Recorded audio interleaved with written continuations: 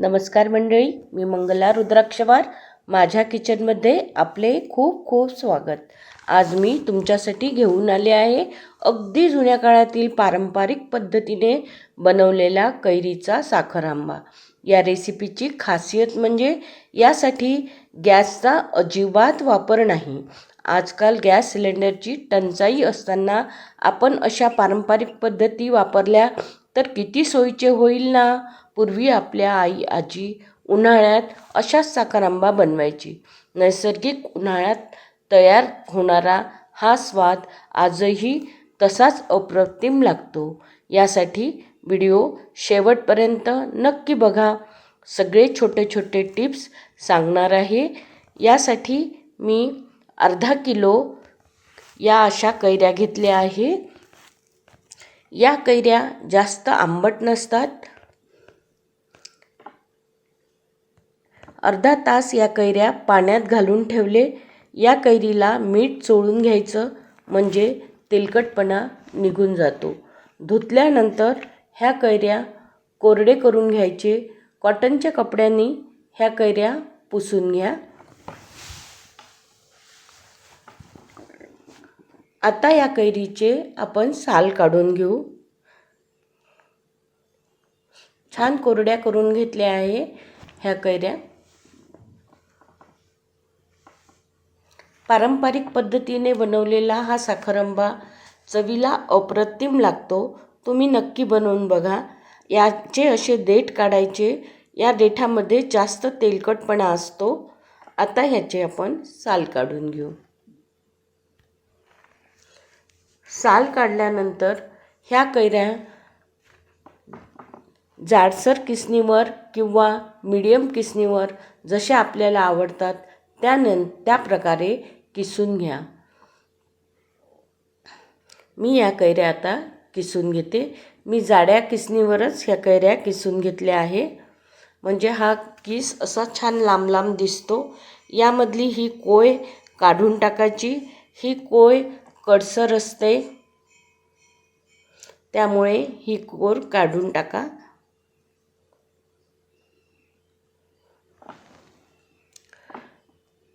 आपला किस तयार आहे. मी आंबट नसलेली कैरी घेतली. कैरी खूप आंबट नसलेली घेतली तर साखर कमी लागते. हा किस मोजून घेतला मी. 2.5 कप आहे. 2.5 कपासाठी तुम्ही माप लक्षात ठेवा. आता यामध्ये 1.5 कप साखर घालायची आहे. साखर थोडी जास्त वाटेल, पण हीच साखर त्याला टिकविते. कैरी जास्त आंबट असेल तर 2-2.5 कप साखर घ्यावी लागेल. किसामध्ये साखर मिक्स करून घ्यायची. अर्धा तास मी हा मिक्स केलेला किस झाकून ठेवला.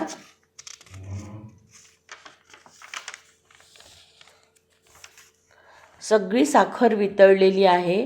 आता हा साखर आंबा एका दुसऱ्या भांड्यामध्ये काढून घेऊ. या भांड्यामध्ये मी काढून घेते हा साखर आंबा.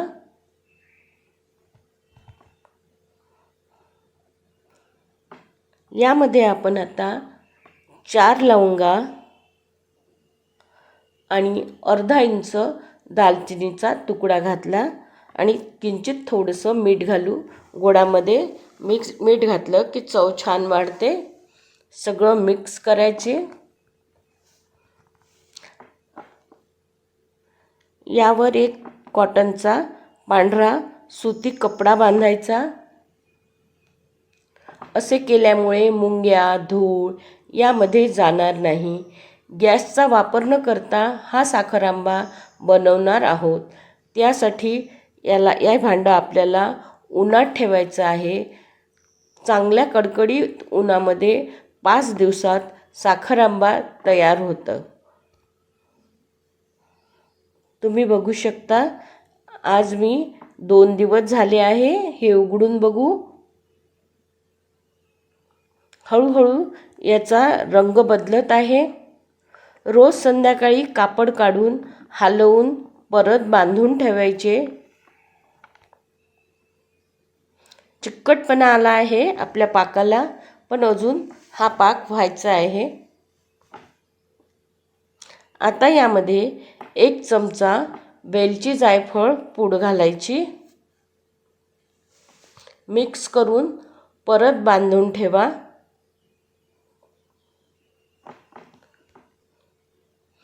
मी हा साखर आंबा 7 दिवस ठेवला उन्हामध्ये, कारण 2 दिवस आमच्याकडे अवकाळी पाण्यामुळे ऊन नव्हतं, म्हणून हा साखर आंबा बनवण्यासाठी 7 दिवस लागलाय. यामध्ये 1 चमचा वेलची जायफळ पूड घालून घेऊ आणि परत हा झाकून उन्हामध्ये ठेवून देऊ.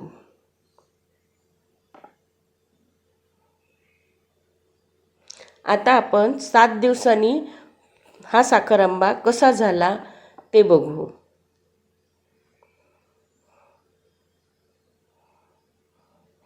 हा आता आपण उन्हात परत ठेवू.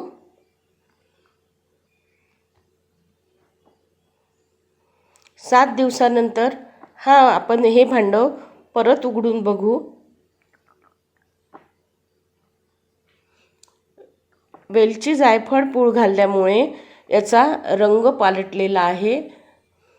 रसरशीत असा साखर आंबा आपला तयार झाला आहे. या साखर आंब्याला छान तार सुटलेला आहे. हा असा साखर आंबा माझी आई आजी उन्हातच बनवायची. जसे गुलकंद, आवळ्याचा मोरावळा अशाच प्रकारे ती बनवायची. मला तर खूप आवडतो. हा साखर आंबा तुम्हाला कसा वाटला ते मला कमेंटमध्ये नक्की सांगा. व्हिडिओ आवडला असेल तर नक्कीच लाईक, शेअर आणि कमेंट करा. हा साखर आंबा तुम्ही कशासोबत